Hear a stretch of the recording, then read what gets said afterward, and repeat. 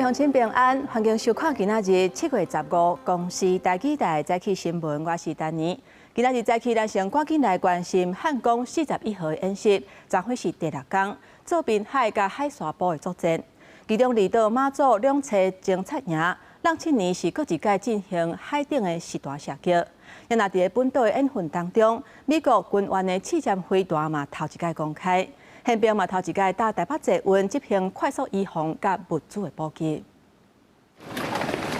报名宪兵部队出现在台北市区街路，赶紧入去捷运站内。汉光41号演习第6日，宪兵指挥部负责首都正经中处的防卫重点，甲北捷慰安特军队14透早演练兵力，物资转用官兵提弹药物资进入车厢，利用捷运网络赶紧到市区每一个位置。 这摆初显，宪兵扛伫肩胛头的武器是美方军援台湾的鹰在刺针飞弹，对外展示应随时执行基层防空任务。结合汉光演习，陆军206旅展开全旅教调，后备部队用火力支援前线作战的上臂部队。 汉光41号演习已经来到了滨海暨滩岸战斗阶段呢，而陆军的2登6旅炮兵营模拟共军这个登陆了北部地区之后呢，出动了1洞5榴炮支援前线作战。海军是伫中亚外海演练榜防御性部队做海上陆将，伫强军的反台，总统大清着亲身坐快速部队艇，顺时水雷存在。水雷它不只是武器，还是一种心理战的工具。 布雷作战如果能让敌对的势力明确知道它的存在，就能达到嚇阻的效果，进而让对手改变行动。这比实际引爆还更具有价值哦。离岛部队陆续展开实弹射击，配合训练晓晓火枪实弹射击。目击强军队配合进行快速突击上路，部队展开反突击，出动机枪、标枪飞弹、战甲车。因为其实我们超远前进，就付出了非常多的努力。 然后承受压力也非常大，飞弹出去那一刻，就感觉就如负重视这样子。针对中共新飞用机时阵无人机采取普射地带侵扰，发起夺岛行动。马防部展开反夺岛任务，伫马祖南港外海进行实弹射击，枪炮声音震撼马祖海峡。 海洋水军兵也过将近7年，搁执行海上实弹射击，反制敌人攻击，严正部队接见反应。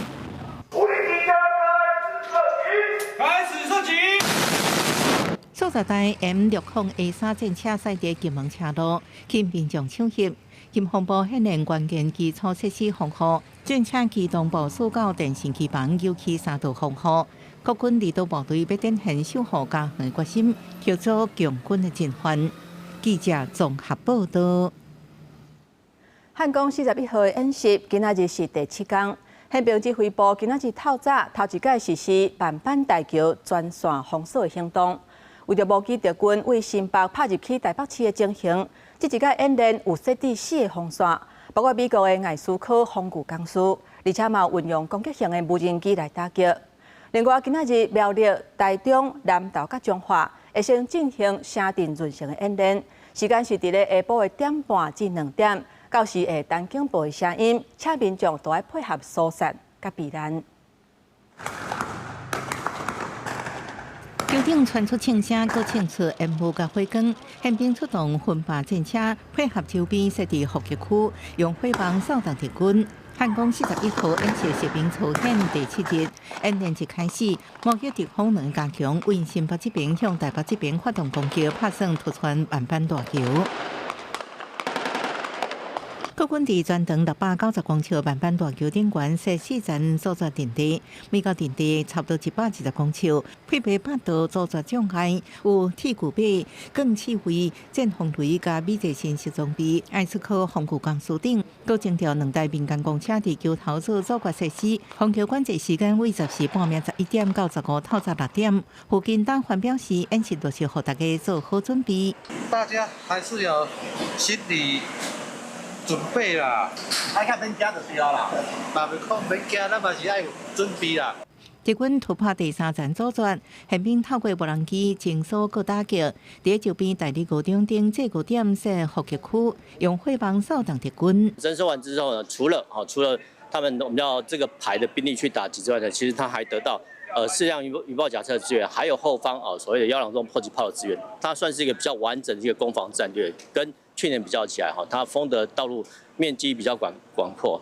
军事专家也分析，阻挡工事爱因地这期应定向就定向，可能唔那是公车，亲像一般废弃的车，那因当作敌军强势拢摕来用。宪兵指挥部强调，这摆演练主要根据敌军反台可能行动，守备部队运用台北市河道桥甲城镇等地中快速部署组织设施甲建立坚固据点群，就辅助甲人气状况建立以前战场，互官兵立即经验，强化整体作战效果。记者综合报道。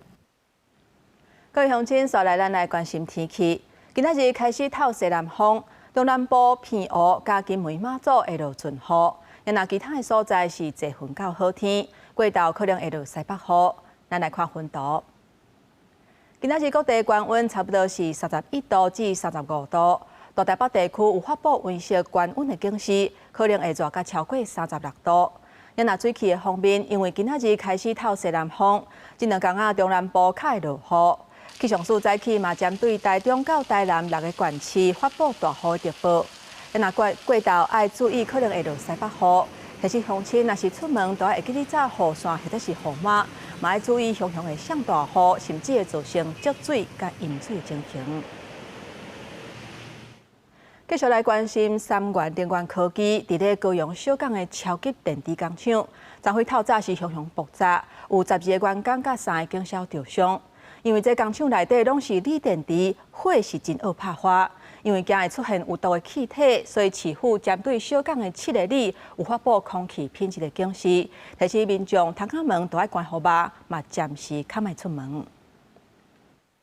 一大电警消人员来到火场，拄穿好装备要救水线，现场线熊熊传出爆炸，瞬间乌烟火青升过来，大家赶紧向外靠藏。小港区这间电池工厂14透早5点外传出爆炸大火，消防局随出动46车91人前往拍火，员工伫第一时间拢顺利走出来，无人受困。过程中拢总有12个员工甲3名警消人员送病院，加在拢是轻伤。员工讲，因拢是大夜班的，唔知影火是安怎烧起来的，不过有听到爆炸声音，就有一些擦挫伤。前面有做一些，前面有一些小爆炸吧。电池其实说这个安全性上面的话是蛮危险的，所以说希望相关单位能够彻底的调查，然后杜绝以后发生相关的事情。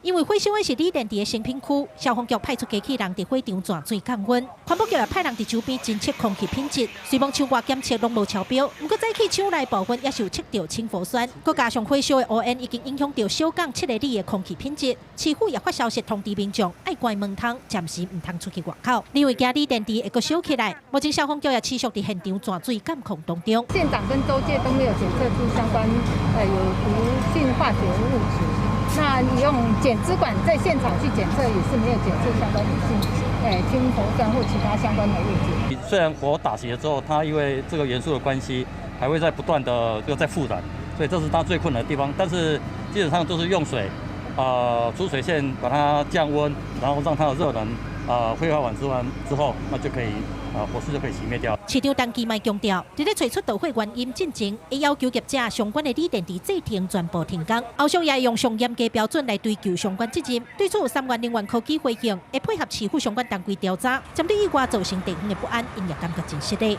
记者郭家如、邱朝阳、高永昌报道。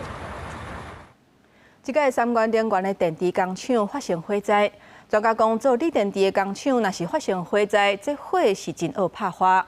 伫去年，南韩都有类似的案例，伊用6点钟的时间才甲火拍花。不过目前的消防法规针对锂电池的安全管理，敢爱有严格的规范，各界的看法是无啥共款。分推车又到2站楼悬，对厂房大量喷水，工厂内拢是乌烟雾品，红烧甲乌麻麻。高雄锂电池工厂火警为透早5点消防人员接到报案开始，经过8点钟，火势才互控制。木头烧起来，你给它洒水，洒完水它是不是降温了？达到它的这个燃点以下，那个木头的火是不是就熄掉？锂电池不太一样，锂电池它只要烧起来会一直反应，反应到它所有的可燃物全部都不见了。锂电池火灾歹拍花，若拄到外部冷却、小度等因素，才会引起热失控。内部化学物质反应失控，就可能造成化学爆炸。这摆电池工厂导火状况更较歹处理。事实上，2024年，南韩就有khoảng 35000粒电池的仓库连环爆，小6点钟才爆发。今年1月伫美国加州也有类似案例紧急疏散，达到1500人。随着电池需求日渐增加，国内对能源储放的消防安全佮安怎监管？如果它的原料是公共卫生物品，它的位置构造设备的要求就会跟一般工厂有不一样的地方。那像这种制成成品的，譬如说像一般的电池或充电的电池，就不会是所谓公共卫生物品的范畴。消防署表示，目前针对电池制造原料中有较小较复杂的物件，都符合各类场所消防安全设备设置标准第4篇严格规范。不过，若像电池商品存放，并不是较小较复杂，只依照一般工厂规范。国内储能的设施啊等等这些东西，那我们认为一个很重要的就是法规那边要跟得上。你知道有一颗电池可能发生的一些问题，它就很容易就曝光，就是因为它会造成一些连锁反应。不过，也有专家认为，锂电池平时属于稳定的物品，法令无可能以每种物品拢做规范。工厂平时彻底遵守消防规定，加设置充足消防设施，保持防灾意识更较重要。公视新闻采访报道。各位乡亲，所来咱来看今仔日早报的重点。咱先来看《中国时报》，环境部2017年的研究显示，地下一个温热带，甲公车、汽机车来比，环境当中 PM2.5的量是上悬的。原因是因为列车入站的时阵，车辆甲轨道会烧起，空气就会凝结。不过环境部较大，所拢无甲热带列入去室内空气品质管制范围。来看《自由时报》。台南亚太棒球训练中心9月份会加做国家棒球训练基地。咱台湾的棒球队即马总算有一个所在会当专心来训练，为咱台湾来争取公赢。过来看联合报，美国甲各国对顶关税谈判到今也未完全确定，考虑到无确定的因素会影响到台股甲投资人的信心，国安基金昨昏决议暂时未退场，会继续来护盘。继续来看，有一个48岁姓陈的查甫人，伊家要卖限量法拉利的跑车，诈骗美国法拉利的经销商差不多3亿。而且检方还佫发现伊有经营线顶跋筊的网站咧洗钱，目前已经有查扣伊的车、精品，也佫有银行的口座。然后台中地检署14以伪造文书等罪甲伊起诉，目前已经成押核准。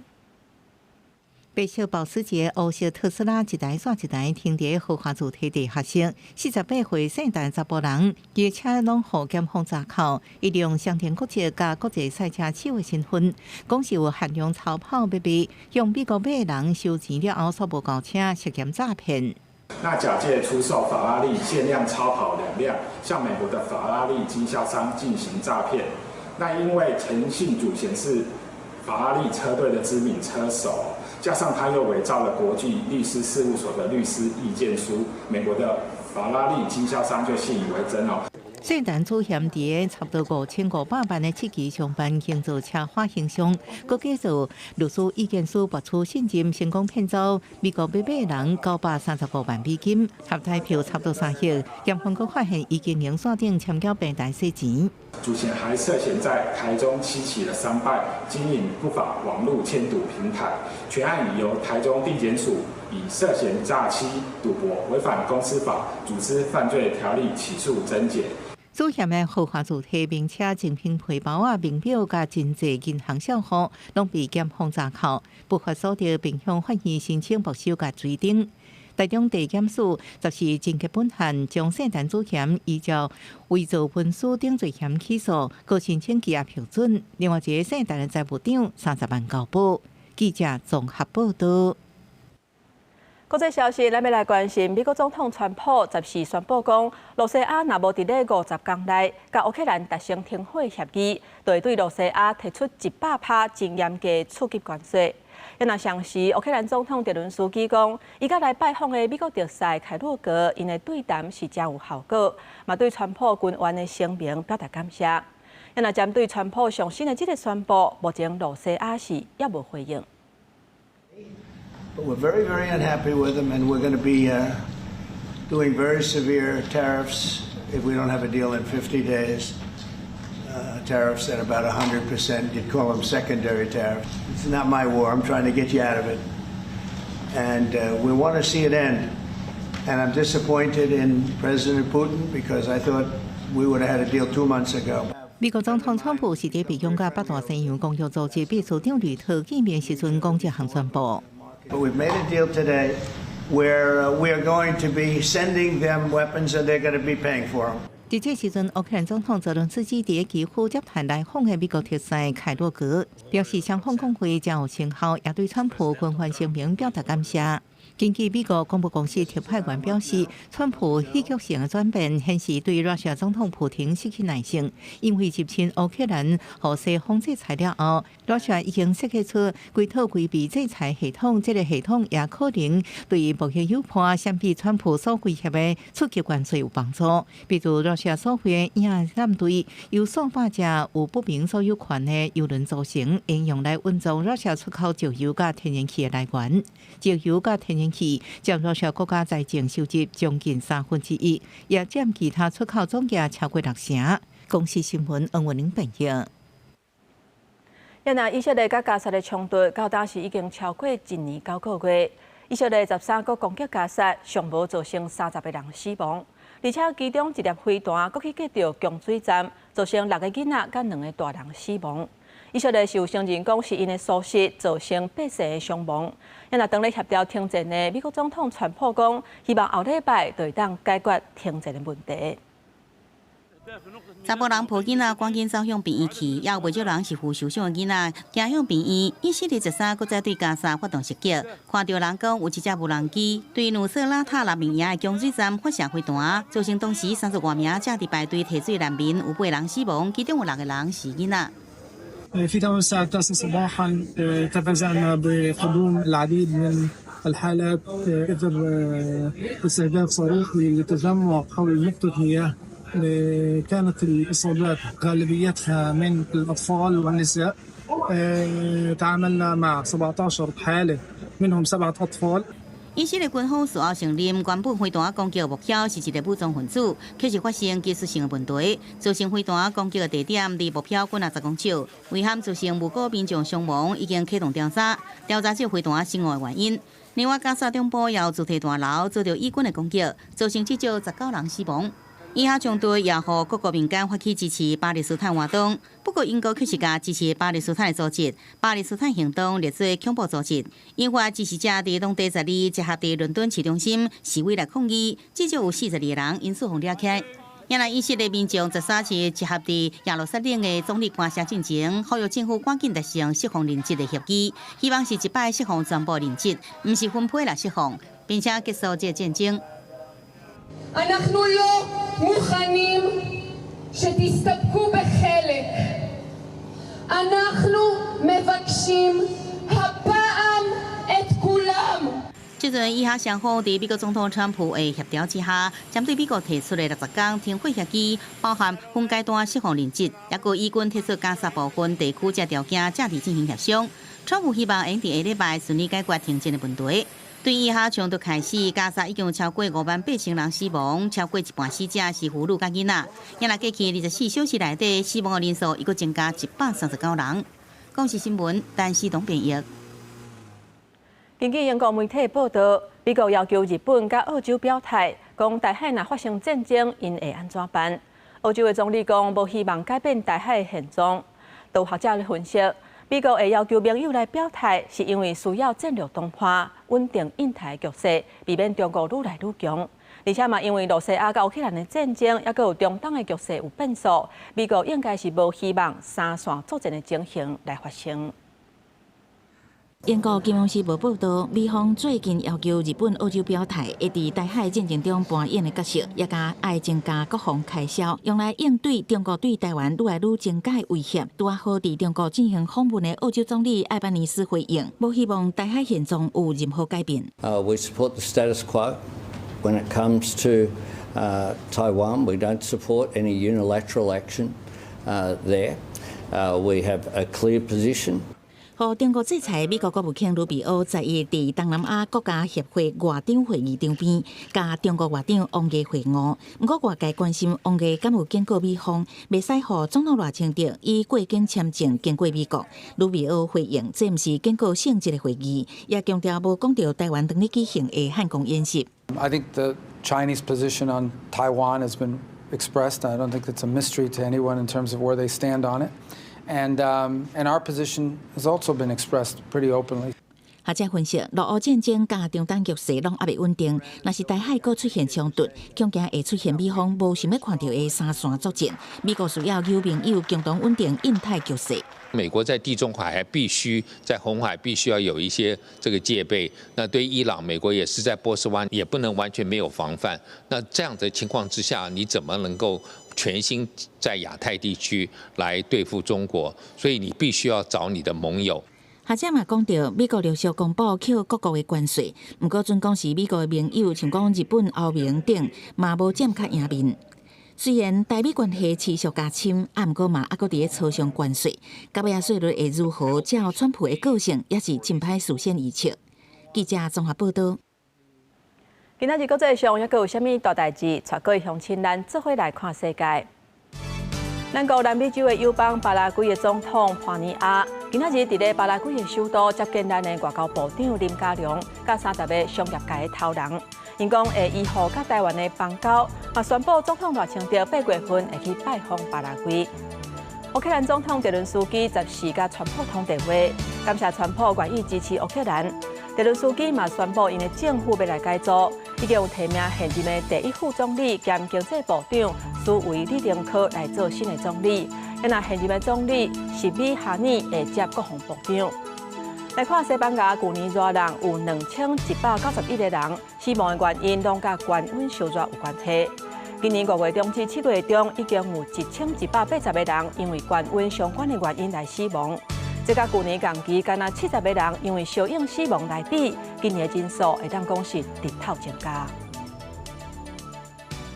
镜头转来咱国内，有一个查甫人昨昏伫咧树林火车头，为着要捉一只已经起行的自强号，伊说是为月台跳起离车厢之间的空棚，一直到邦桥才落车逃走，这个行为实在是真危险。来听嘛讲，若是有违反铁路法，上重会甲罚7500。代替272号次自强号列车，就是早起7点对树林开出时阵，向有一个男性旅客对月台一直走，一直伫立这火车，要跳上2个车厢中间的夹棚，就安尼一路攀救伫列车顶面，大约7分钟，一直到列车停伫邦桥站才落车走去。警方接获报案时，列车已启动，后续调阅监视器，发现该民众攀附于该列车12至11车间。随上旅客攀救伫列车顶面的惊险情形，毋是头一摆。今年4月，有一个旅客坐代替泰鲁阁号列车，伫南港站落车买物件，转去时阵发现车门已经关起来啊！着急之下，竟然攀救伫个车厢外口的连接器顶面，随后列车伫7堵站赶紧停靠。这查甫人也因为体力袂堪的，摔落来铁轨路。真的很多事没有那么急。你只为了墙内的短时间丧失了生命，也没什么意义。不是拿生命开玩笑，他拿其他人的时间在开玩笑。你可以不顾自己，但是你不能没有公德的去不顾别人。代替强调，已经检附相关的影像，和铁路警采取侦办，也已经掌握特定对象，通知到案说明。依照违反铁路法第71条规定，违规伫列车行驶中攀登、跳车也是攀救随行，应处这旅客1500块以上7500块以下罚款，并且呼吁旅客应该遵守坐车的规则，以免发生危险危险的代志。记者综合报道。我来看，为着要防止使用假的车牌，立法院5月份通过修正案，若是使用假车牌的人，罚金会纠悬到72000。本地这个新的法按算伫咧7月15来实施，不过交通部昨昏讲法规的细节还阁检查，所以宣布延期。另外，公路监理财罚资讯系统调整甲测试也需要时间，所以买单完成才来实施。2024年假造车牌案件大增到1271件，立法院今年5月修正道路交通处罚条例，要用动法来处置。汽车假造变造也有骗领车牌者，罚款提悬到72000块。头一摆变化，飞车主驾驶人36000块。另外，号牌违规像是吊扣期间赛车、号牌违失无补发、经过记法，伊原无改善等，拢比照危险驾驶罚36000块。另外，无同的状况，有车辆没收，移至保管样态，新制原预定7月15日实施，确定延后。执法的条文内容就是在确认之外，那其实最主要就是在实务作业面部分，我们有在整个重新盘点过一次。交通部说明，修正罚款分类较多，而且另外有累犯无同计算的规定，也有增加多项车辆移至保管规定。公路监理裁罚资讯系统调整7次，也有相关车辆移至保管执法准备以及教育训练，拢比预期需要较侪时间。完成准备了后，会随实施，时间未定。警政署讲，顶礼拜已经接到信息，不过因为照原定期程，已经完成现场执法教育训练。裁罚的基准跟施行细则方面，我们也密切的联系。交通部在修订完了之后，一定会第一时间告诉我们警政署，我们也会来通令各全国的警察机关。假车牌它只是一个表征而已，第二个原因很可能就涉及到不法更大的不法的一个行为，不法的利益跟不法的集团的这行动。假车牌正论做卖刀诈骗集团暗号工具，犯罪样态多元。虽然即阵实测网派平台输入刻字化车牌已经找无，学者分析，即摆修法已经甲真侪违规样态改列出来，开始对现场的执法人员是考验，但法一定有阻止效果。不过假车牌背后的不法也是重点。记者综合报道。来关心台湾师范大学的查某骹球队的队员指控讲，因的教练甲教授参与国科会研究计划，说是要求学生当爱长期配合实验来抽花，而且佫甲伊威胁，若是唔配合抽花，就要扣因的毕业学分。即马专案调查了后，学校讲已经有解除这个教练的职务，而且抽花无符合人体研究法等等的规定，嘛要求这资料都要销毁。那教育部嘛已经针对大师大计划主持人甲共同的主持人做行政裁罚。大家用眼睛看就知道，能不能接受，我也不必多说。讲起学校调查结果的看法，多数前大师大女足队员也是无法接受，因为去年因牵出来指控不是女足国手的姓周教练，甲指导伊博士论文姓陈的教授，参与国科会运动科研计划。教练要求学生长时间配合进行实验，也欺负讲若是歪配合抽花，就威胁要扣这个毕业的学分，真侪队员是深受其害。我们没有看到他有针对他对于抽血啊，甚至是霸凌这些事情有做任何的承认，甚至是在霸凌调查的过程中，调查报告里面也是看到他有很多否认的言行。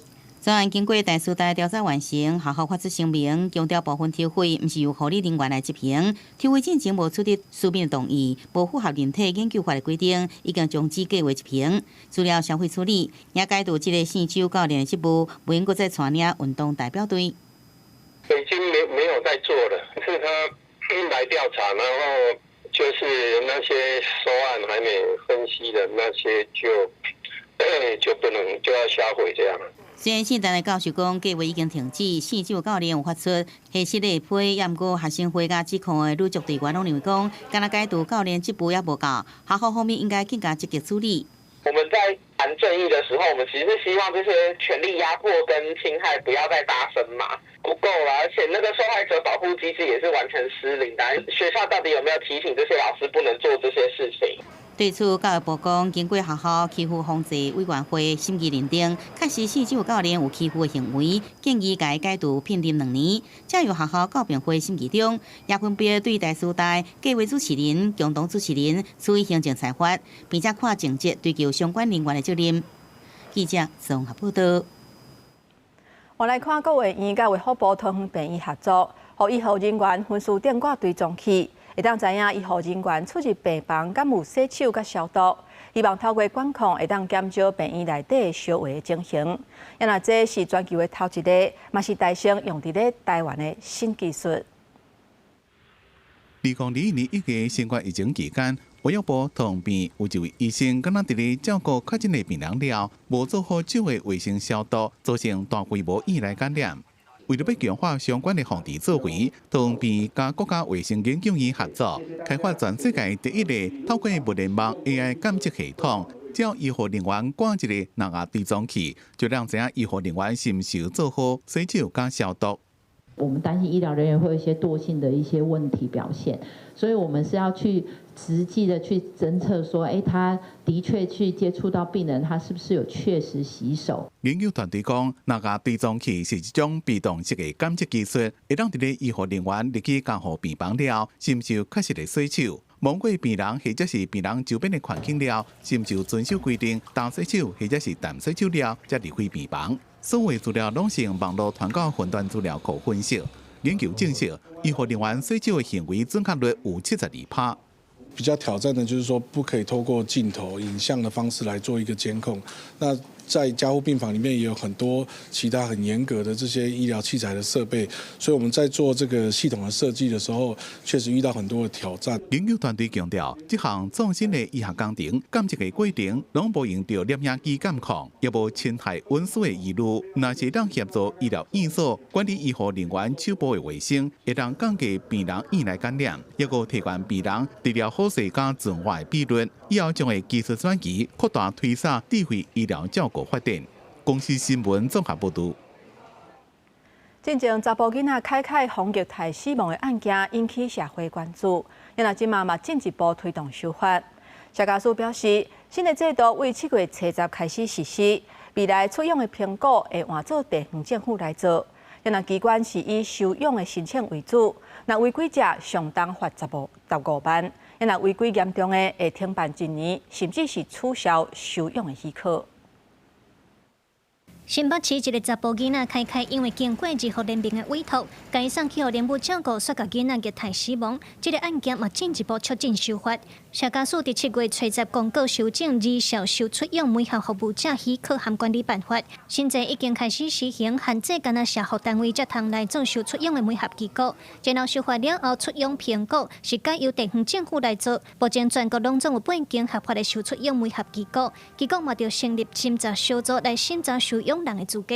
媒合机构哈，它大概最主要的业务是做这个收养的这个服务，所以对于以要做的迄个服务项目，爱讲较清楚安尼。那审查小组咱嘛是有规定，迄个人数都是爱上少爱是9个人。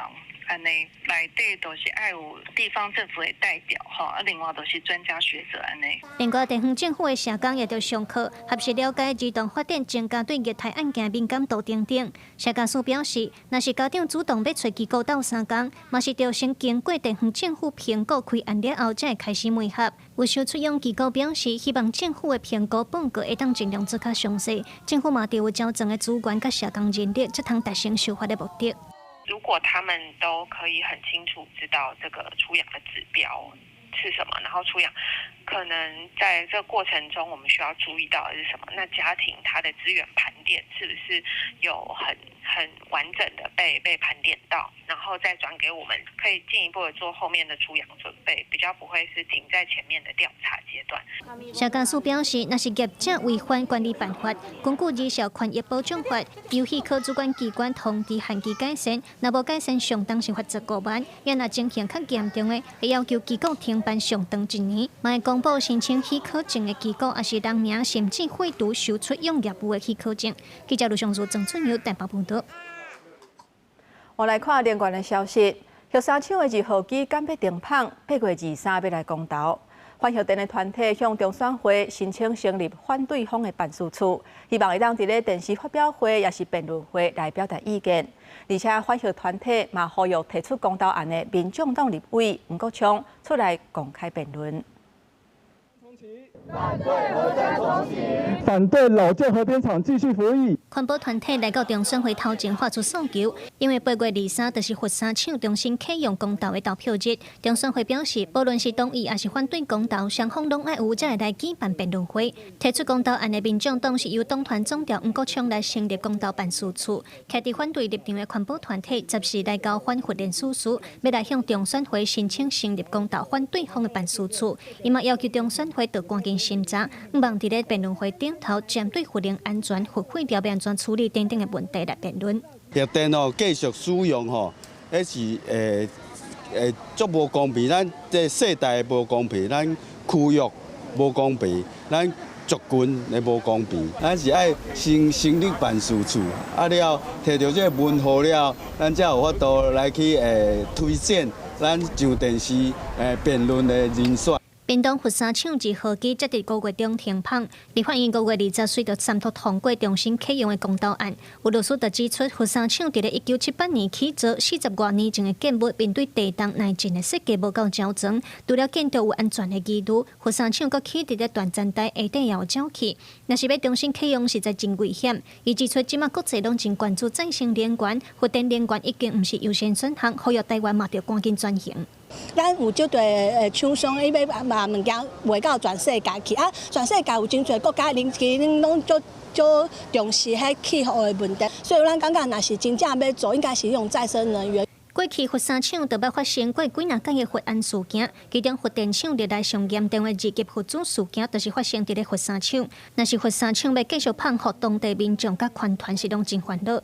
款团希望公道会当透过电视发表会，还是辩论会，互双方的意见拢通互社会听到。记者卢尚珠、郑春友台北报道。伫南投有一个建地，2023年咧挖的时阵发现清朝的遗址。不过，南投县文化局认定这无文字的价值，落尾收遮，即马已经变作是人家厝，也那遗址嘛已经拢消失啦。监察院调查了后，认为南投县文化局有重大疏失，也那文化部的文字局嘛无去查，目前已经提出纠正。文书学者摕当时抢救回来的糖漏碎片，对着我都甲吴文窟窑遗址漏掉咧，感觉是真懊恼。没办法找到一个标准的糖漏的一个形状啊，都没有啊。那我们要怎么去对历史一个交代？根据相关的资料显示，南投窑开设伫清朝嘉庆年间，道光年间设三窑，地点伫咧南投市的吴文窟一带。2023年3月，建商要开发时，发现敢若是遗址所在。当时担任南投县文字委员的文史专家杨志忠讲，当时就表达爱保留，也阁无互文化局采纳。其实3个委员都有到现场看，也知道说现场其实都有满地都是的啦。可是局长当初不晓得为什么他居然就下了一个指导方向一样，就是说，哎，这个就施工监看就可以了。文化局后续决定暂停考古遗址，并且采取施工来监看。伫今年10月开始进行，现场应该由有专业考古背景的人员来进行实地观察甲记录。若是有挖到遗失的文物，就应该停工初步来调查。不过建商却是以大型的怪手落去挖。文化局讲，这个所在经过改建，开挖过程发现的拢是破弃、残缺不全的这粗灰鸦片，所以讲尊重现场的评估。文字委员他们既然认为说，未达到那个要件，做成这样决议。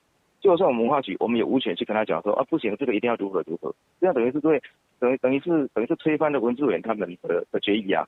有委员就是决议施工监看嘛，但他们却没有依法将这个施工监看的结论送审议会进行审议。为职员至今已经起几啊摆透天厝，现场也放真侪太路建材。监察院讲，南投县文化局现开始家己推断无具特殊性，忽视出土为无所稳藏的文字价值，而且无做成调查报告，送审议委员会审议，就决议采行施工监看的做法，并且无符合规定。了后，以施工监看为名，实际上是甲挖起来，造成全部拢挖歹去，属重大违失。文化部文字局也疏忽无查到，造成产生一连串疏失，所以讲对县府甲文字局拢提出纠正。记者综合报道。电风上头来看，云林虎尾大塘的宿舍当咧整修，遐个工地伫咧丹那市风台来的时阵，着插头着2解，一个电缆线甲加时头啊是拢互偷摕了，损失有甲10多万。工程单位已经报案，警方嘛调监视器咧追查。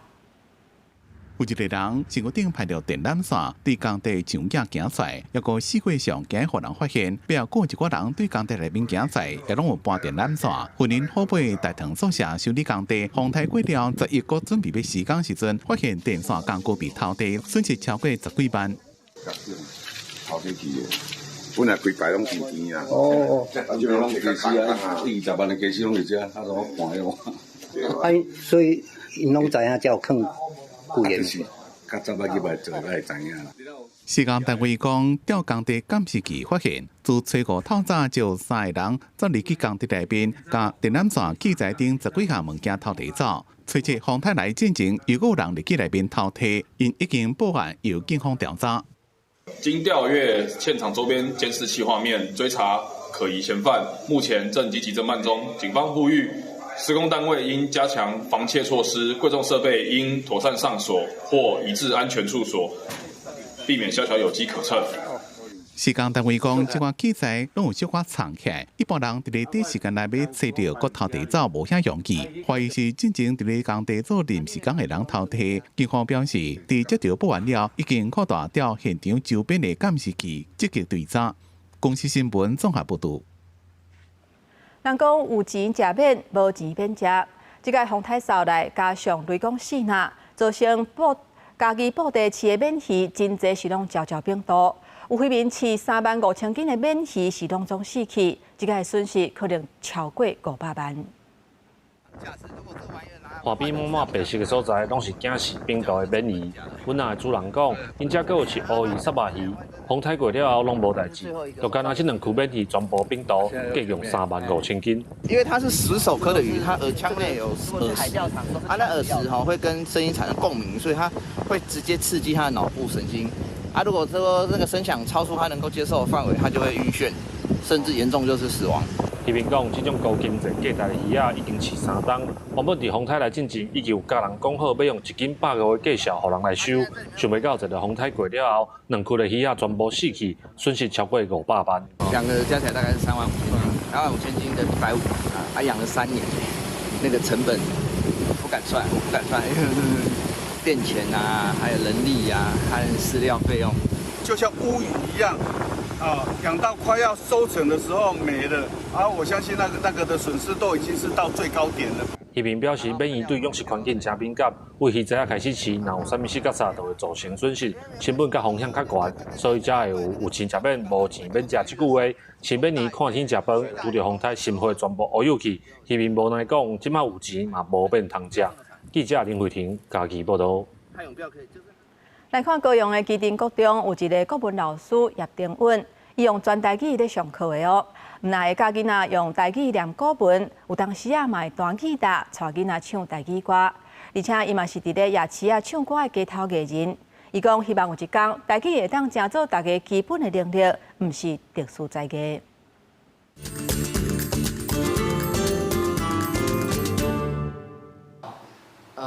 就全台湾咧看，介生伫国中阶段，可能拄啊有法度用台语来教国文啦吼。用上认真的台语讲出上自信的话。80年厝的叶定允，即阵伫基丁国中教国文，将一篇一篇的古文教囡仔用台语读出来，是伊的本领，也是伊的骄傲。伊自9年前就开始全台语上国文课。伊讲，因为细汉时老师捌讲过，台语是汉语的古音，咱的同时都会当用台语读，但是老师却念不出来。这件代志，就成做伊教册了后的一个使命。会得做的，毋是教台语这件代志，是用台语教因各种的知识。所以讲，教台语就毋是干那台语老师，应该是所有的人的工课。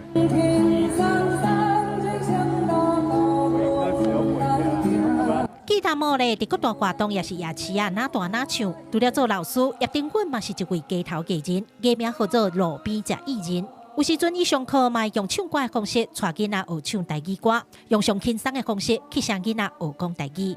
咱就对着流行的物件啦吼，安尼会当介好引起囡仔的动机。然后咱可能爱对这个歌词啦，和音、读音，爱介用心，爱介要求。去叫囡仔读好对，安尼做这个活动较是有意义。来，不闻其土声。最近接受高雄市立图书馆邀请办讲座，叶定允甲观众一字一句用台语读无难诗。叶定允希望有一天台语会当成做大家基本能力，互讲台语这件代志，就亲像伫路边食一碗薏仁汤，遐尔轻松简单。记者郭家祖、赵阳高雄场报道。体育消息来看，2025来因农历世大运就伫要起鼓。咱的教育部长陈英尧甲体育署长陈世忠等人嘛去甲德国，也阁有去爱心大教堂为选手祈福甲加油，期待咱台湾这一届会当摕到好成绩。2025来因鲁尔世大运开幕前2日，team台湾后勤陆续就位。另外，也陪到德国亲信坐镇到部长陈兴孝，甲体育署长陈世忠一到会，就到爱森大教堂，甲主席大赛车指挥到定位选手记号，希望咱的台湾囡仔赢早回满意成绩。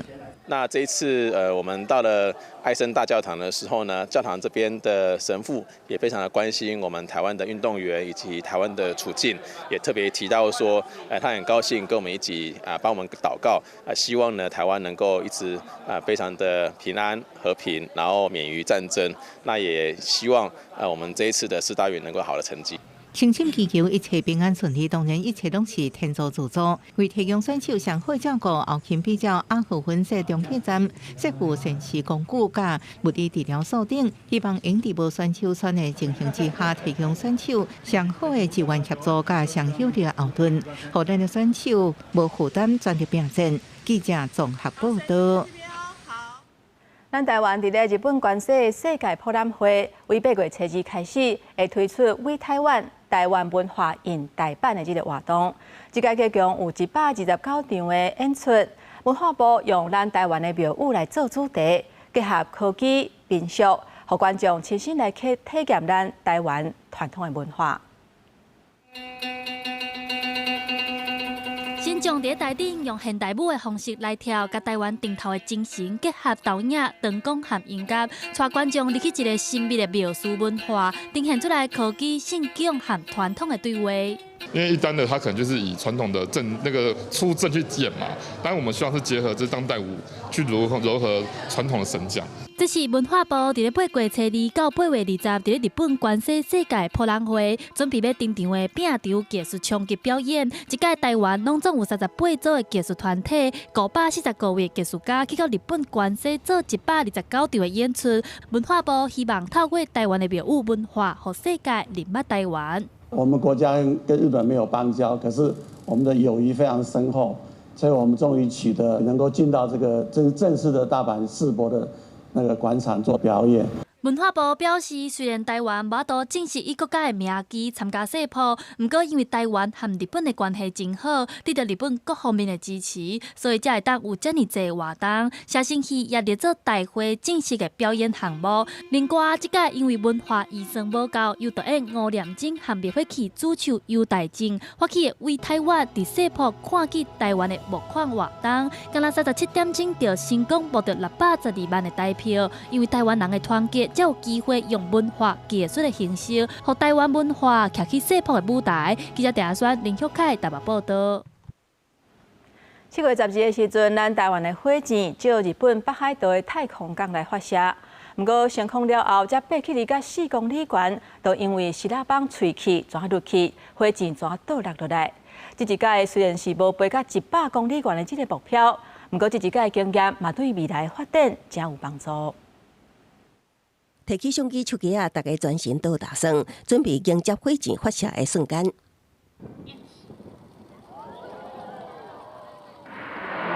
欢呼声中，火箭真紧往顶面冲。7月12日早起，伫北海道大树顶的民间太空港，台湾火箭正式发射。升空了后，大约10秒，第一段的火箭分离，第二段是继续前进，最后伫离地大约4公里的高度停止飞行落来。虽然无达到目标100公里的高度，也不过算是头一摆重大的抗战。来到大树顶的火箭发射场，可以看到在我后方的货柜上面写着 JT Space， 这就是台湾的晋升太空在日本成立的分公司。那么这也是首度有外国企业来到这里发射火箭。发射时无暝无日的工作，因为台湾无商用太空港，这少年人将梦想带到北海道，透过发射测试，目标伫未来打造出会当将人工卫星送上轨道火箭。这摆发射的 VP-01属于2段式火箭，全212公尺，直径60公分，重量大约 1.4 吨，原定采用会当控制成本、危险性低的混合式燃料。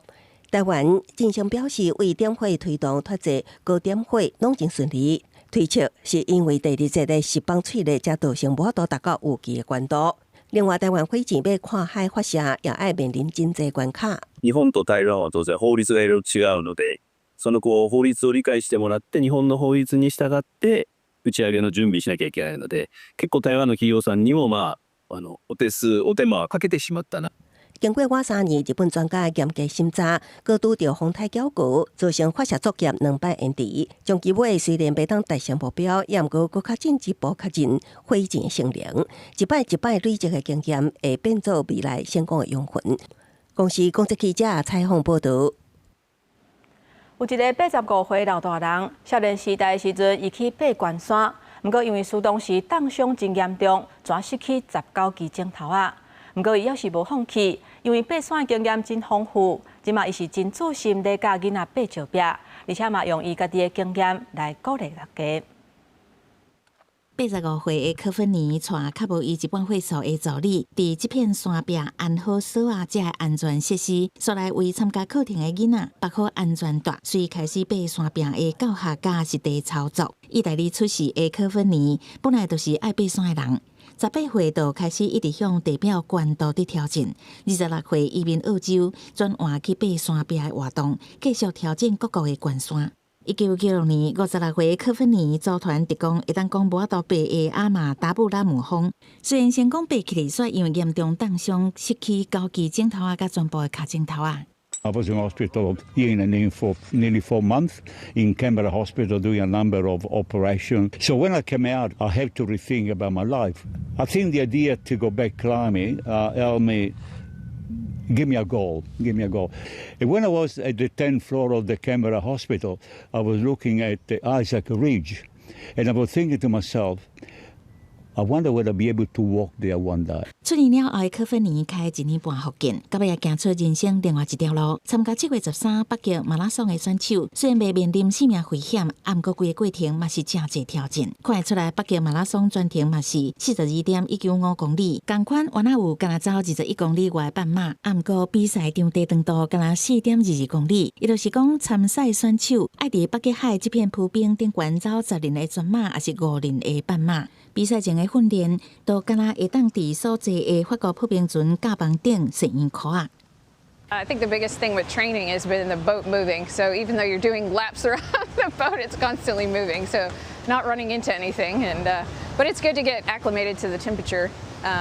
For the race. 北极马拉松的挑战除了温度，还有不时出现的北极熊，上互主办单位烦恼的也是气候变化，愈来愈薄的冰层，所以普冰船的科学家爱随时监控比赛地点的普冰状况，以免选手发生意外。公司新闻7家人编译。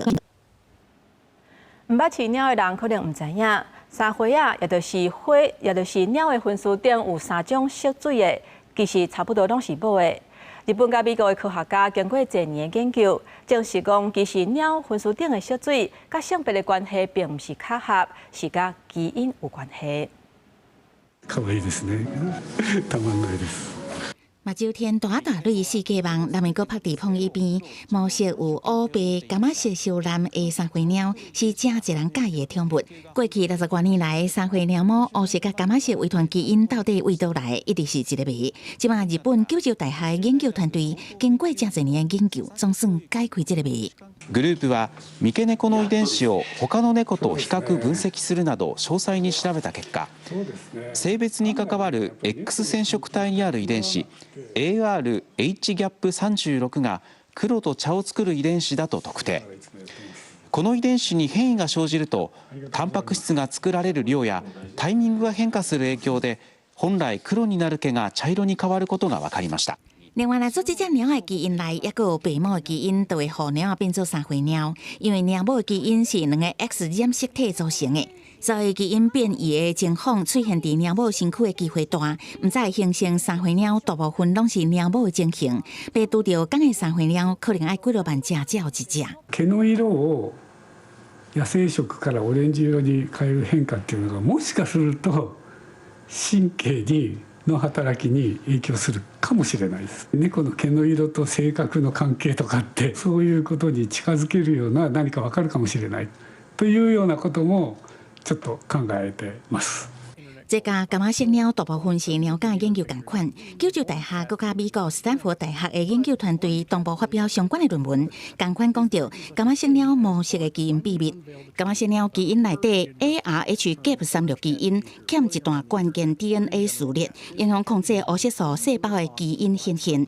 ARH-GAP36基因敢若伫 X 染色体内，所以敢若一个 X 染色体的鸟工，若欠这个关键 DNA 序列，模式就会完全柑仔色变做柑仔色鸟。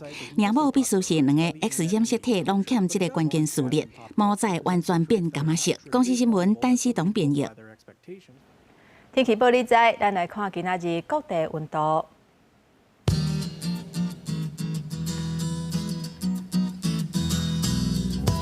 北部地区上低27度，上悬36度；中部地区上低26度，上悬33度；南部地区上低26度，上悬32度；东部地区上低26度，上悬33度。咱来看外岛地区27度至33度。那个未来这3日的气象。